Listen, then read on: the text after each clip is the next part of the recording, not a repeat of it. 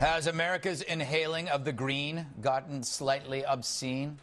Well, a new government survey, aren't they all, on drug use indicates a slight uptick in snoochie boochie usey, with past month consumption rising from 18.1% to 18.5%.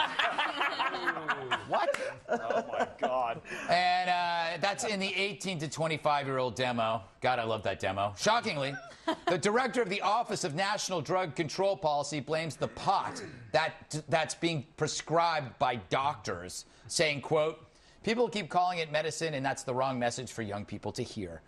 Completely unrelated, the International Cannabis and Hemp Expo was held outside Oakland City Hall. They have one last weekend, with long lines waiting to get into designated smoking areas near the building. Says Kim Q, chief executive of the expo, patients need to take their medicine when they need to. Being a patient myself, that's something mandatory. Speaking of mandatory, enjoy this, legions of stoned viewers. He's never going to get there. He doesn't know that, though.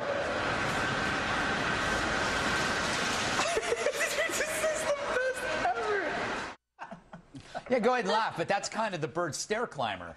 He's just working on his calves because it's bird summer coming up. Kurt, you said our winter is bird summer. Yeah, I forgot about that. It is, and they got to look good, man.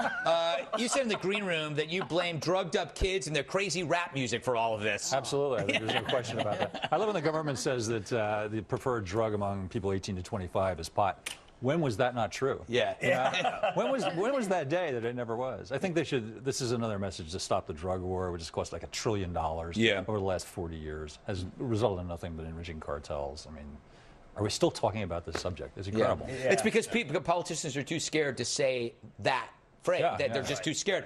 They're going to have to wait for a bunch of people to go away before that can happen. Hey, Anna, how has medical marijuana improved your life?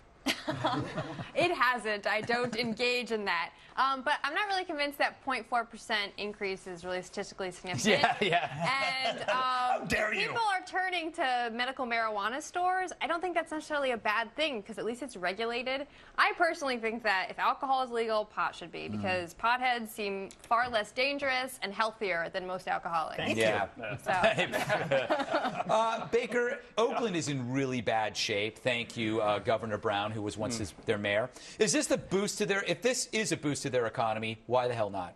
Well, yeah, no, I frankly agree with Kurt, and we were involved in counter narcotics operations for years over. So you were part of the problem. I was, but no, I say legalize it, tax it, be Jesus out of it if you want to, but let's try a different tack.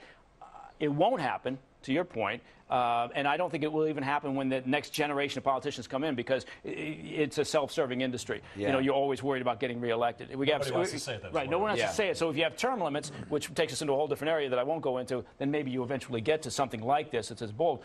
But, Oakland, what I like is the fact that you had all these people lining up to get into the pot-smoking areas. In front of in my day, nobody lined up to smoke pot. Right? So it's a different view. But yeah, it is. If you're living in Oakland, you should have every reason to be high. Bill, here's the thing. What's wrong with Oakland? I apologize to our Oakland viewers. We don't have any Oakland You're viewers. creating enemies for no reason.